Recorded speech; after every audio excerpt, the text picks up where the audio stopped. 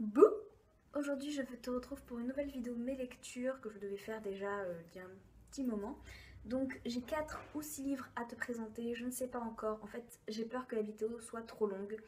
Du coup, si je trouve que ça fait trop long, je te présenterai que 4 livres et les 2 autres, je te les présenterai dans une autre vidéo.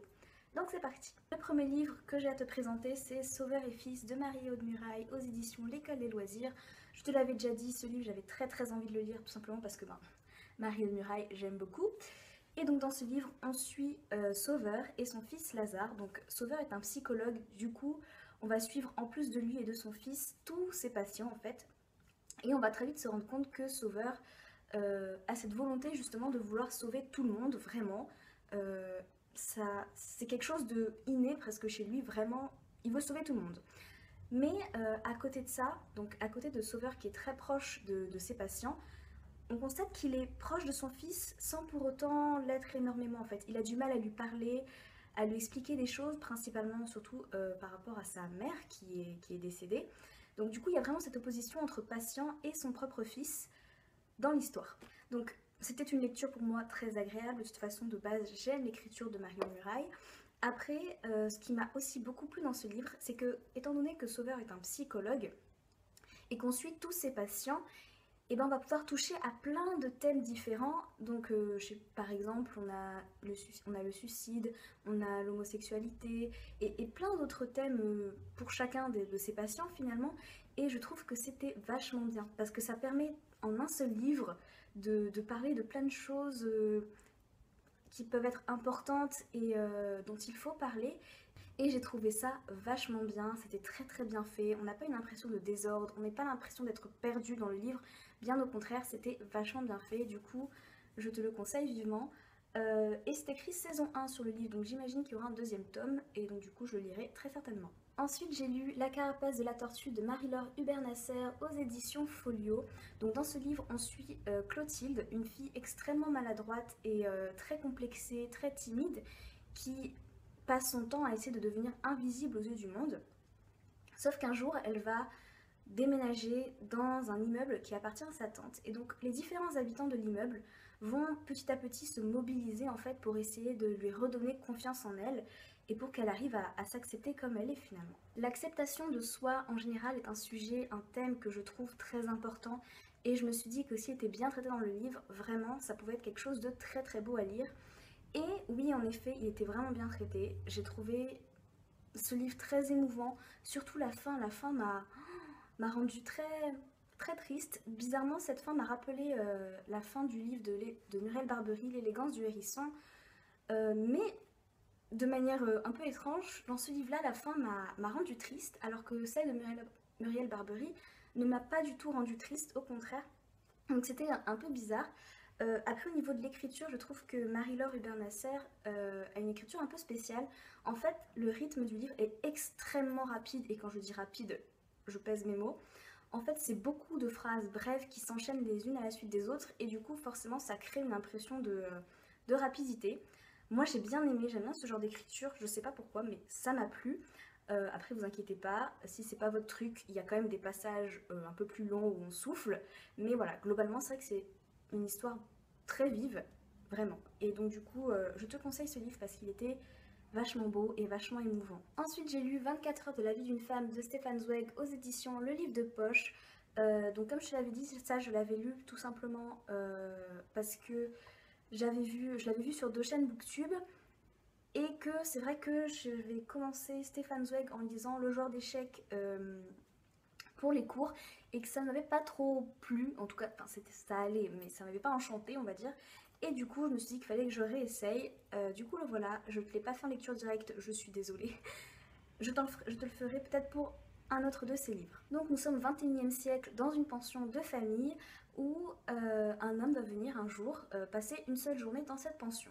Sauf que quand il va repartir, on va se rendre compte que Madame Henriette, qui était la femme d'un des clients, s'est enfuie avec lui. Et à ce moment-là, ben, forcément, les critiques fusent de toutes parts et il n'y a que le narrateur, dont on ne connaît pas le prénom d'ailleurs, qui la défend.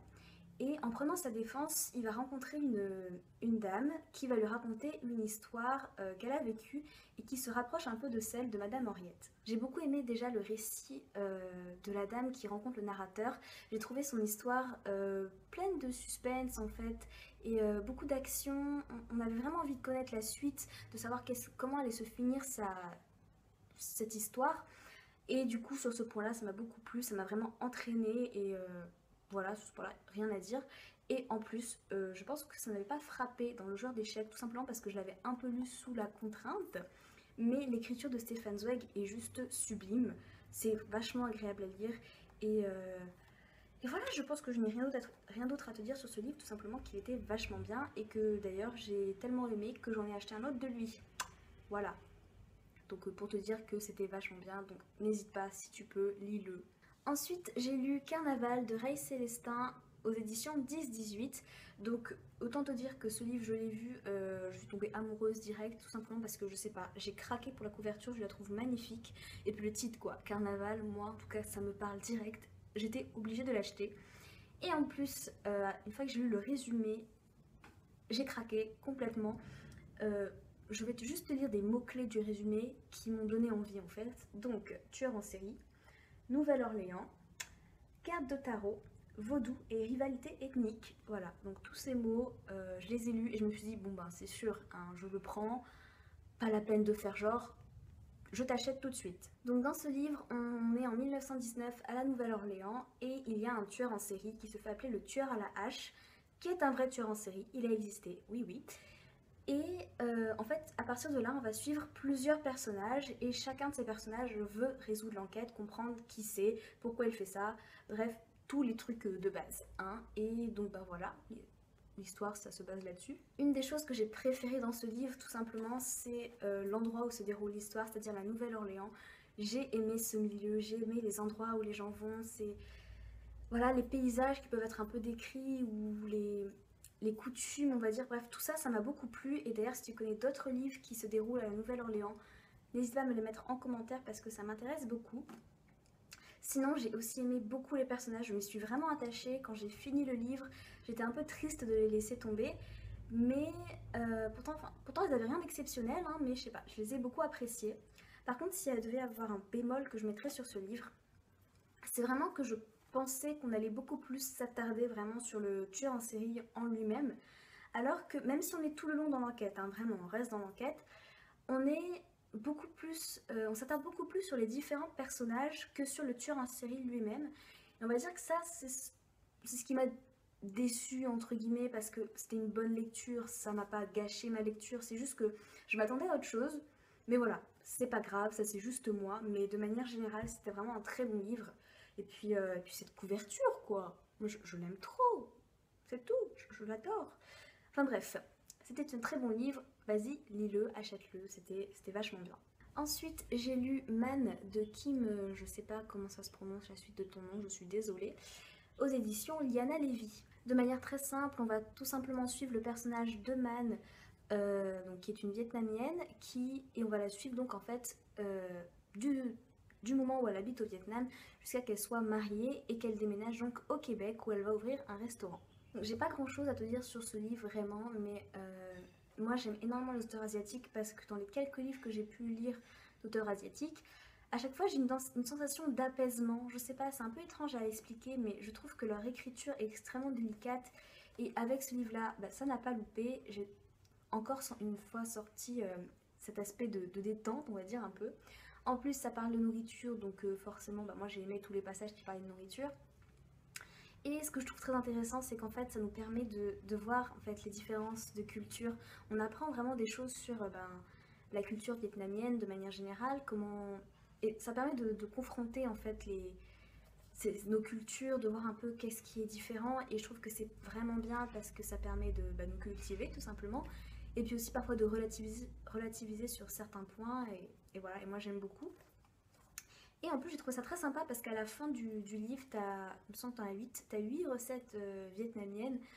Donc j'ai trouvé ça plutôt cool. Donc je sais pas si je les ferai ces recettes, hein, mais voilà, j'ai bien aimé ce petit détail.